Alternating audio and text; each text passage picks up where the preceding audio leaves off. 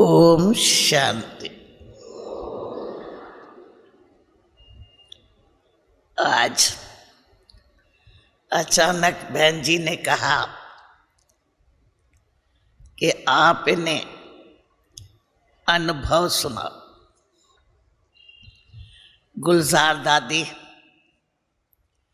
हम सबको निरंतर याद पर ध्यान खींचा रही थी।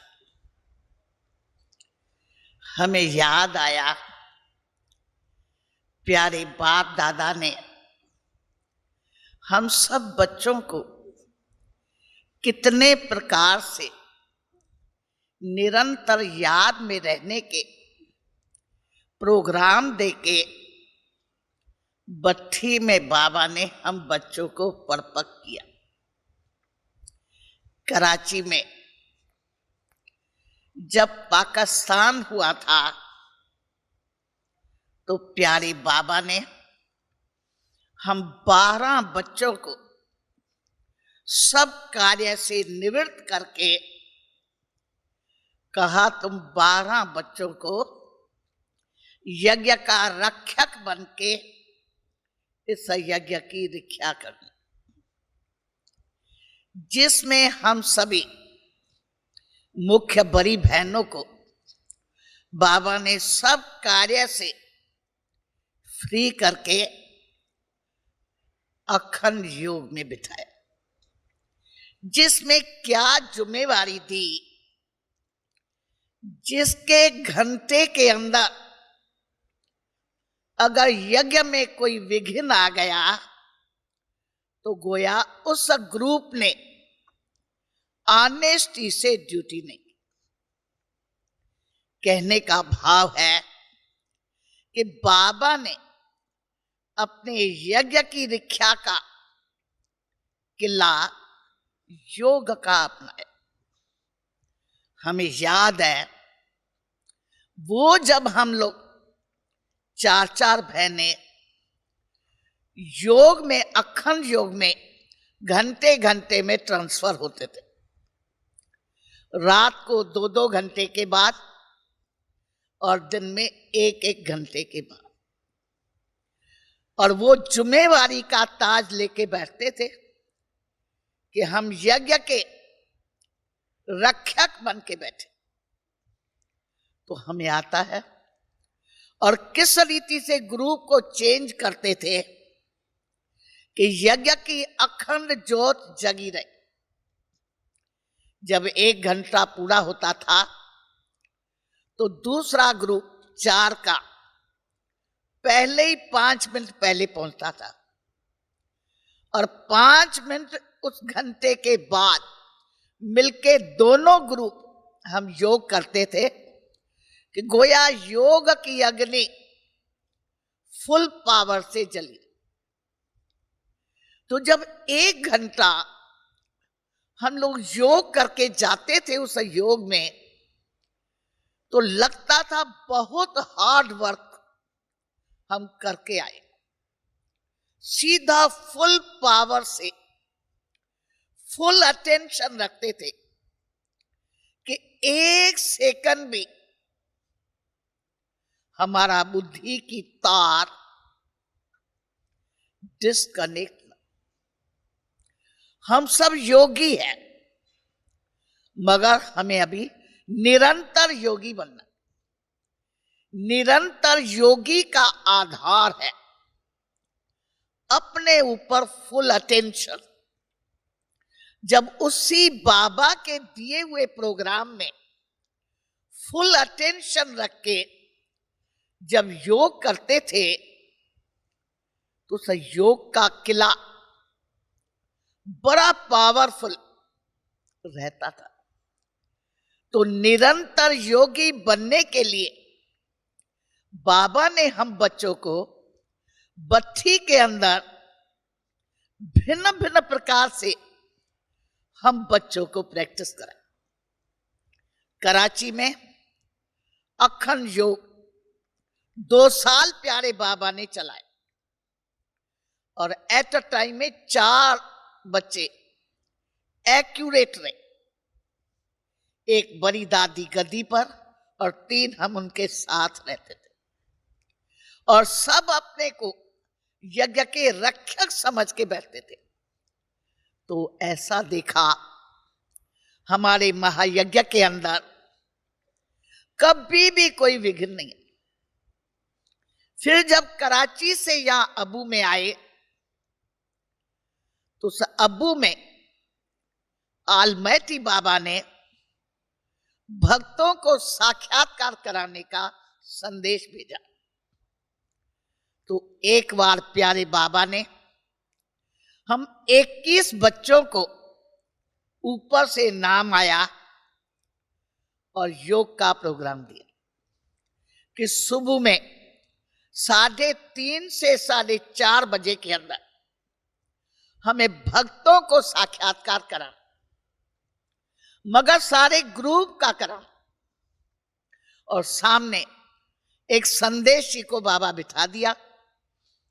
अगर कोई बाबा को साक्षात्कार कराना है ग्रुप का, और ऐसा ही प्रोग्राम आया, बैठना कैसा है, विक्ट्री में, विक्ट्री को आप सामने लाइए, 10 इधर 10 इधर, ऐसे होके बैठे, और सामने प्यारे बाबा, बाजू में उसका संदेश। और बाबा ने कहा, और एक बीच में 21 बच्चों का, 10 इधर से 10 उधर से, बीच में एक 21 बच्चों का मेरे को भक्तों को साक्षात्कार कराना। मगर वो साक्षात्कार तब होगा जो साक्षात्कार का पीरियड 2 मिनट हो, 3 मिनट हो, उसके अंदर 21 बच्चों की स्थिति एक रस ज्योति जगी हुई। अगर 21 में से एक की भी स्थिति ठीक नहीं होगी तो सामने संदेशी कंप्लेन ले आएंगी कि बाबा को, इस भगत को साक्षात्कार कराना था, अगर फलाने बच्चे का बुद्धि योग भटक रहा था तो बाबा का साक्षात्कार कराना कैंसिल हो गया। बाबा ने कहा, जैसे बच्चे आप जानते हो ना, ग्रुप का फोटो निकाला जाता है, अगर फोटो के अंदर एक भी हिल जाता है तो फोटो खराब हो जाता है। इसी रीति से तुम 21 बच्चों में से एक की भी स्थिति अगर उसी टाइम, अब 1 घंटे में वो 5 मिनट 3 मिनट साक्षात्कार कराने के बाबा जाने कौन से है, मगर उसी टाइम में अगर कोई की भी स्थिति ठीक नहीं होगी तो ऊपर से कंप्लेन आएगी। और बाबा मुख्य महारथी बच्चों को सिलेक्ट करके बिठाते थे। तो महारथी को तो अपनी पाक को संभालना है, ऐसा ना हो हमारा नाम आ जाए, इसकी बुद्धि भटक रही थी, इसलिए बाबा का साक्षात्कार कराने का प्रोग्राम कैंसिल हो जाएगा। तो जब बाबा ऐसे प्रोग्राम देके हम बच्चों को योग में बिठाते थे तो हमें याद आता है वो घंटा एकदम ग्रुप होके बैठते थे, एक तरफ हाथ, एक तरफ ऐसे जैसे हमारा फोटो निकल रहा है, ऐसा साक्षात्कार बाबा करा रहा है। न सिर्फ इस स्टूल में न तन डोले न मन डोले, उसी बाबा के दिए हुए प्रोग्राम में जब हम उस लक्ष्य को लेके बैठते थे तो वो योग ऐसा निराला होता था। और उसके रिटर्न में भी आता था कि बाबा ने फलाने भगत को साक्षात्कार कराया, तब हमारे यज्ञ की एकानामी का पीरियड कहें था, तो वो भगत भी कोई न कोई कारण से पहुंच जाता था और निमंत्रण मिल जाता था। इसी रीति से बाबा ने हम बच्चों को भिन्न भिन्न प्रोग्राम देके अपनी अवस्था को एक रस बनाया। कराची में आलमैती बाबा रात को प्रोग्राम देता था हम बच्चों को निंद्रा जीत बनाने के लिए, कि फलाने फलाने ग्रुप का रात को 10 बजे से लेकर 5 बजे तक योग का प्रोग्राम। खुद भी योग लगाएंगे और एक एक के आगे दीपक जलेगा। दीपक बुझा माना उसकी ज्योति बुझ गई। और वो मम्मा हम सबको बुला के 9 बजे के बाद प्रोग्राम देती थी कि आलमैती बाबा से आपका नाम आया है रात को 10 से 5 योग करने का। और पाकिस्तान के पीरियड में हम सब बच्चों की भी बहुत हार्ड ड्यूटी थी, मनसा वाचा कर्मणा। क्यों? सब नौकर पाकिस्तान हुआ, सब चले गए, ऑल राउंड ड्यूटी रहती थी। हम बच्चे मुस्कुराते मम्मा को कहते थे, मम्मा हम लोग का नाम आया, थोड़ा सवेरे बता देती थी तो थोड़ा आराम पहले थोड़ा कर लेते थे। तो मम्मा क्या कहती थी, प्रोग्राम के साथ ये भी प्रोग्राम आया था, इन सबको 9 बजे रात को खबर करना, क्योंकि इनको निंद्रा जीत बनना है ना। अगर दिन में नींद कर ली और रात को जागे क्या बड़ी बात है। तो उनको 9 बजे प्रोग्राम देना कि आपका आलमैती बाबा से ये प्रोग्राम है। तो बाबा ने कई प्रकार के संदेशों द्वारा प्रोग्राम देके हम सब बच्चों को अपनी स्थिति को निरंतर एक रस एकदम ज्योति बिंदु बनके सामने ये दीप भी जगा रहे और हमारी आत्म ज्योति भी जगी रहे। रात के पीरियड में कभी जरा भी नींद ना आए, हम लोग बड़ा अलर्ट होके, क्योंकि मम्मा बाबा भी बीच बीच में राउंड करके आते थे और हम लोग को तो वो चिंता नहीं करनी है, हमें ये चिंता करनी है हमारा दीपक आत्मा का बुझ न पाए। तो ऐसे अनेक प्रोग्रामों के अंदर, बत्ती के अंदर हमने देखा प्यारे बाबा ने हम बच्चों को निरंतर योगी बनने का अभ्यास कराया। जब अबू में आए तो एक दिन प्यारे बाबा ने कहा, बच्चे अब तुम युद्ध स्थल में आए हो और तुम्हारे पास कई प्रकार के जिज्ञासु आएंगे। उसमें बाबा ने कहा तुम्हारे पास थॉट रीडर्स आएंगे। अगर बच्चे कोई थॉट रीडर तुम्हारा वैरत संकल्प को रीड कर ले, ये तो ईश्वर के बच्चे की बड़ी इंसल्ट है। वो कहे ये कहते हैं हम योगी हैं, मगर इनके मन में तो बुद्धि में ये संकल्प चल रहे हैं। तो तुम्हारा इम्तिहान लेने के लिए कई थॉट रीडर्स आएंगे जो तुम्हारे संकल्प को रीड करेंगे। अगर उसने तुम्हारा संकल्प रीड कर लिया कि तुम्हारा ये वैरत संकल्प चल रहा है, ये तो ईश्वर के बच्चे की, गोया ब्रह्मा कुमार की बड़ी इंसल्ट है, अथवा तुमने बाप की इंसल्ट करा दी। सच पूछो, बाबा ने एक दिन ये मुरली चलाई, 2 दिन के बाद बड़े थॉट रीडर, जब बड़े बड़े आते थे तो उस टाइम तो हमारी दीदियाँ कोर्स पहले कराती थी, तो हमारी बिरजंद्रा दादी और हमारी दादी प्रकाशमन, और जब कोई आता था उनसे फार्म भराया जाता था और फार्म भरा के बाबा के पास ले जाते थे। बाबा खुद सिलेक्ट करता था, इसके पास ये जाए, इसके पास ये। एक दिन फार्म में तो थॉट रीडर आएगा, वो कभी भरेगा नहीं कि मैं थॉट रीडर, वो कोई और ऑक्यूपेशन नाम लिख देगा और भर देगा। तो बड़े 3 थॉट रीडर बॉम्बे से आए थे। तब हम बिरज कोठी वाले मकान में थे। बाबा ने कहा, हम फार्म भरा के बाबा के पास आई, हमारी ये ड्यूटी रहती थी फार्म भराने की।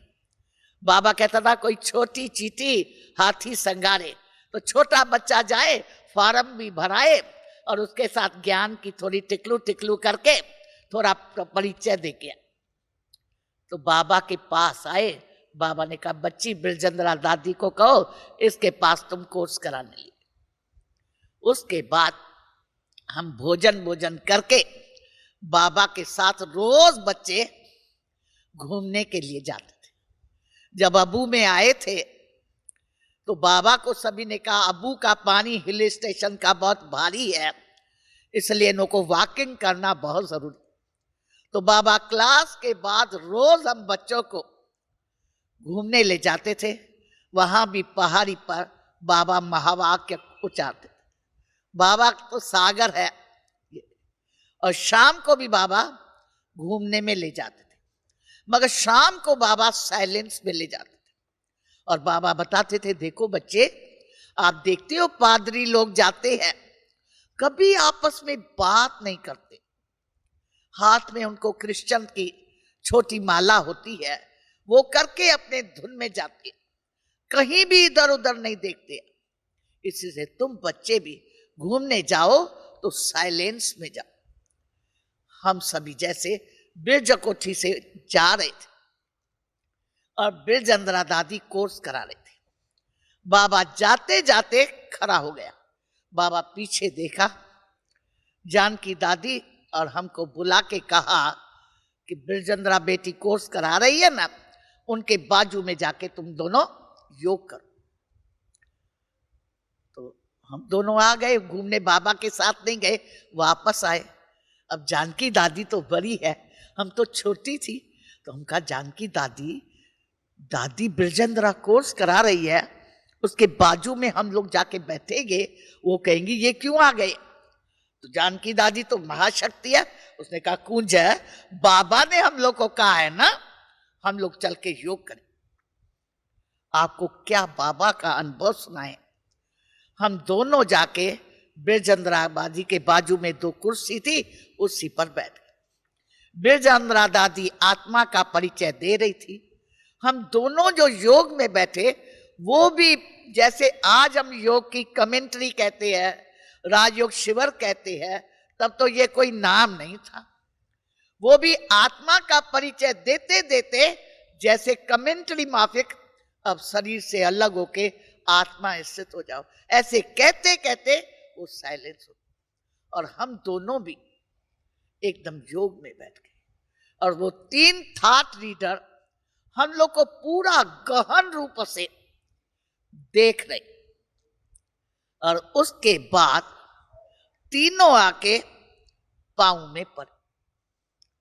कहा, हम आपको क्षमा मांगते हैं भाई, हम थॉट रीडर सुनते थे कि ब्रह्मा कुमारियां अबू से 14 बरस तपस्या करके आई है, तो हम आए थे देखे सही इनकी राजयोग की तपस्या क्या है। तो हम थॉट रीडर्स आए थे आपका थॉट रीड कर। मगर आप तीनों बहनों का हम थॉट रीड करने के लिए बैठे तो यही बस थॉट मिला, हम ज्योति बिंदु परम बिंदु परमात्मा शिव की संतान। वो बोलने लगे। इस थॉट के सिवाय हमें कोई थॉट दूसरा नहीं मिला, तो हम क्षमा मांगते हैं। हमें आप, तभी ब्रह्मा कुमारियां नाम नहीं था, तभी ये था कि 14 बरस तपस्या करके देवियां आई है, देवियां।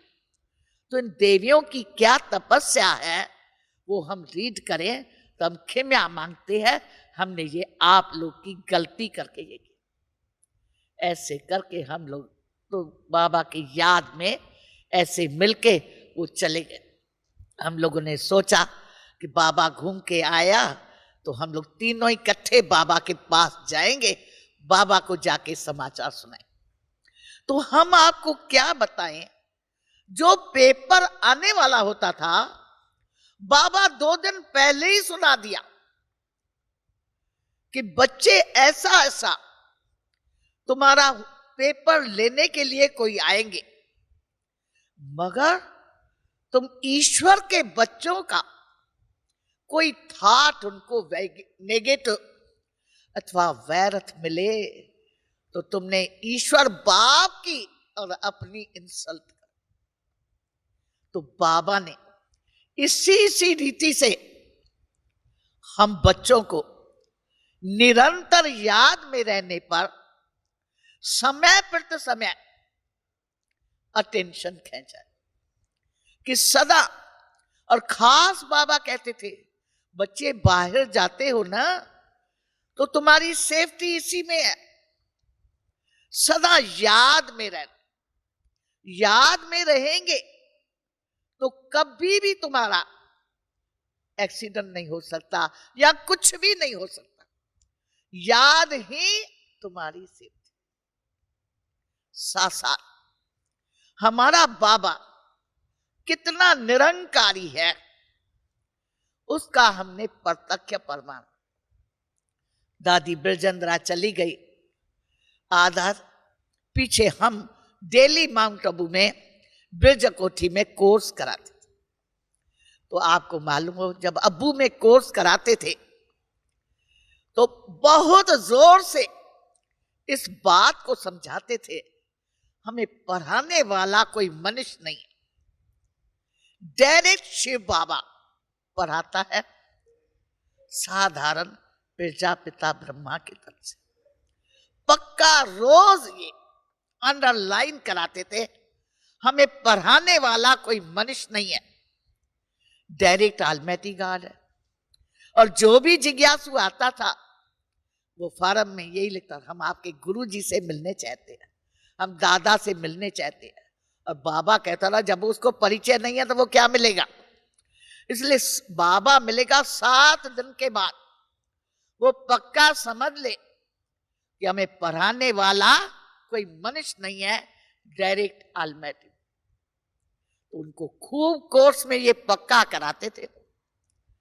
और 7वां दिन पूरा होता था तो हम आके बाबा को कहती थी, बाबा आज फलाने जिज्ञासु को आपसे आज मिल।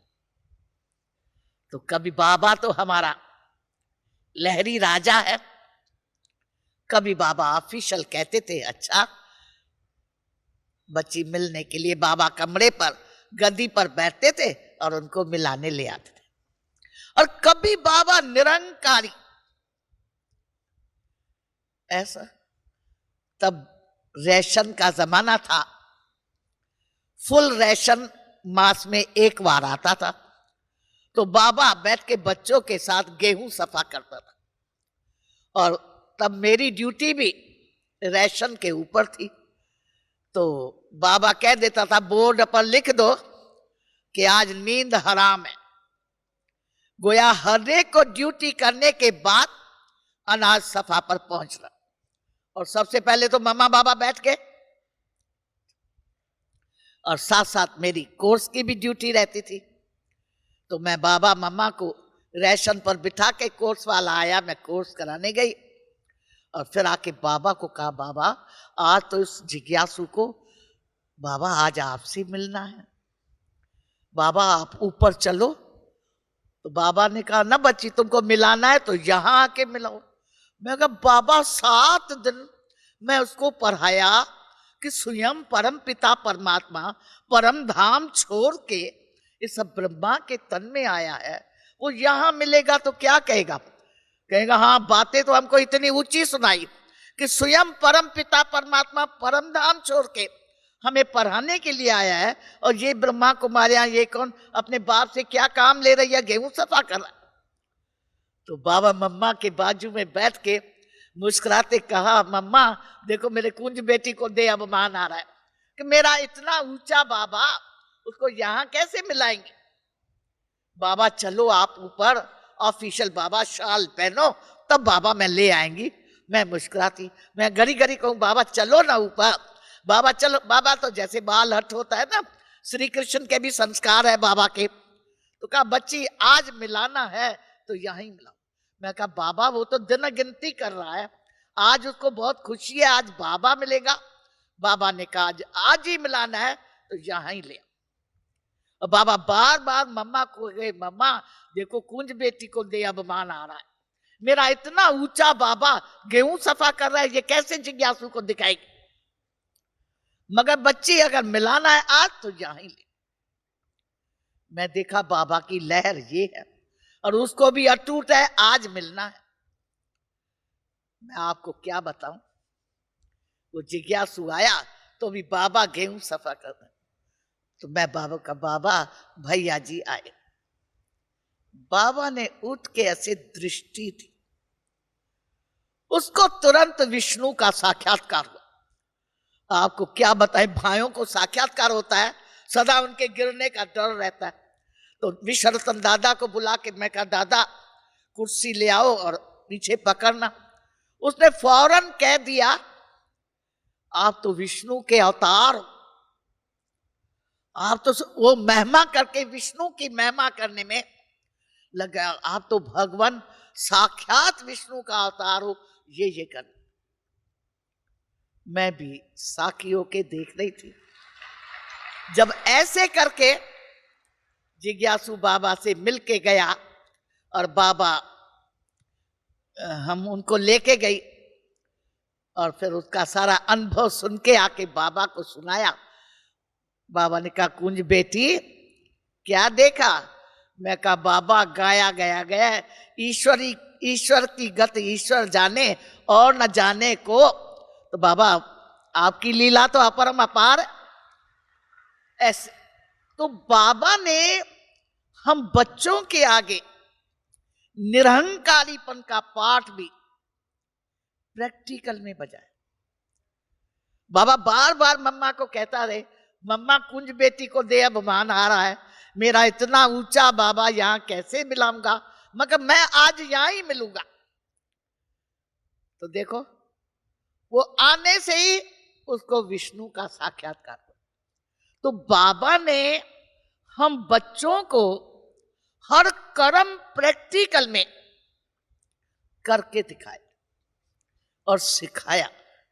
कितना तुम बच्चों को निरंकारी बनना है, कैसे तुम बच्चों को निराकारी स्थिति में रहना है, कैसे तुम बच्चों को सदा पॉजिटिव थिंकिंग में रहना है। आपको क्या बताएं, पाकिस्तान में हम लोग पाकिस्तान होने के बाद 3-4 बरस रहे, बाबा ने हम बच्चों को कभी पाकिस्तान की नेगेटिव न्यूज नहीं। तब पाकिस्तान के पीरियड पर गेट पर ड्यूटी हमारी रहती थी। तो जब शहर के अंदर कराची में खूब झगड़ा होता था तो हम लोग के मकान के सामने चारों ओर मिलिट्री आ जाती थी।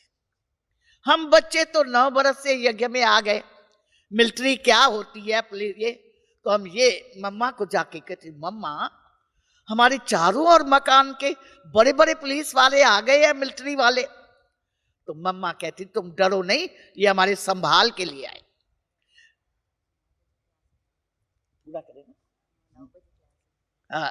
इसी रीति से बाबा ने हम बच्चों को नेगेटिव न्यूज से फ्री रखा था। तो सदा ब्रेन के अंदर पॉजिटिव थिंकिंग थी। तो अनुभव है बड़ा पावरफुल योग। तो हम सभी अपने योग को पावरफुल बनाएं तो सबसे पहला पुरुषार्थ यही करें कि अपने ब्रेन के अंदर कोई भी नेगेटिव थिंकिंग न। कराची में हम बच्चों के अंदर संसार की कोई न्यूज नहीं। हम खुद बच्चों ने, जब मैं अमृतसर सेंटर पर गई तब मेरे को पता लगा पाकिस्तान में ये हुआ ये हुआ ये। बाबा ने हम बच्चों को कोई न्यूज नहीं, क्योंकि जितनी ब्रेन के अंदर न्यूज जाती है उतना बुद्धि भटकती। इसलिए सदा कोशिश करें कम देखें, कम सुने, कम बोले, कम सोचे। सोचे तो ज्ञान सोचे, विचार सागर मंथन करे, नहीं तो नहीं। ओम शांति।